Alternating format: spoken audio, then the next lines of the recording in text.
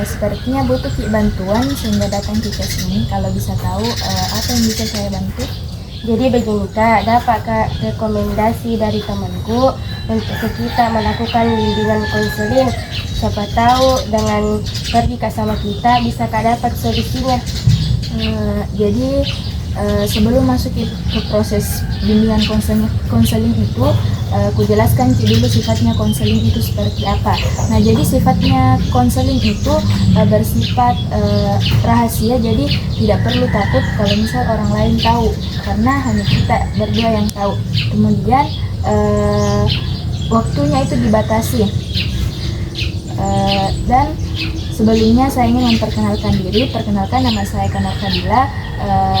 Saya sudah diberikan kepercayaan untuk melakukan bimbingan konseling kepada klien dikarenakan saya sudah mengikuti banyak mata kuliah selama mata kuliah bimbingan konseling maupun psikologi selama berkuliah. Nah, selain itu dosen saya juga telah memberikan izin.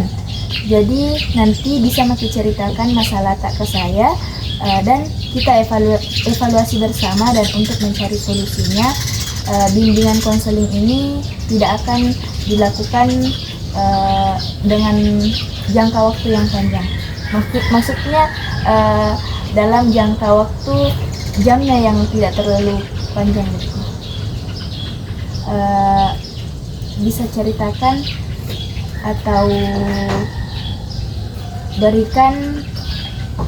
berikan saya informasi terkait diri Anda. Saya Rizky Nanti. Sebelumnya saya bersekolah di MTS At-Taqwa DDI Jampue. Hobi saya menvoli dan juga menulis. Apa kesan pertamamu saat masuk SMA? Awalnya saya senang tapi juga grogi. Banyak hal yang baru saya dapatkan seperti guru, teman, dan pelajaran yang lebih berat. Pelajaran apa yang kamu suka dan pelajaran apa yang tidak kamu sukai? Pelajaran yang saya sukai seperti matematika, IPA, dan Al-Quran hadis. Yang tidak saya sukai bahasa Inggris. Jadi kalau kamu, apakah kamu mengalami kesulitan dalam belajar dan biasanya apa yang kamu lakukan? Saya suka mata pelajaran IPA. Saya agak kesulitan di mata pelajaran matematika, terutama di bagian aljabar. Kalau misalnya Anda mengalami kesulitan dalam memahami matematika atau mempelajari matematika, apa solusinya? Apa yang kamu lakukan untuk bisa memahami pembelajaran tersebut? Saya coba belajar lagi dengan melihat video atau catatan. Terkadang juga merasa lebih kesulitan bertanya ke teman atau guru. Kalau boleh tahu, bagaimana hubunganmu dengan teman-teman kelas di sekolah? Saya merasa cukup akrab. Saya sudah punya beberapa teman dekat. Kita juga suka bercanda bersama. Kamu pernah merasa sedih, stres, atau tertekan di sekolah?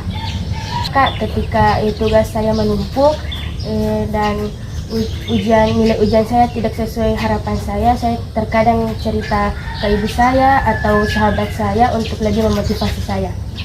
Kalau boleh tahu, apakah ada dukungan dari keluargamu dan bagaimana keluargamu memberikan dukungan kepada kamu?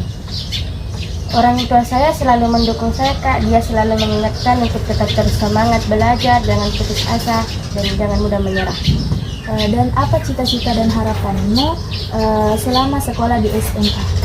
Cita-cita saya, semoga saya bisa membanggakan kedua orang tua dan bisa meraih cita-cita saya, yaitu dokter. Apa yang biasanya membuat kamu semangat untuk belajar di sekolah?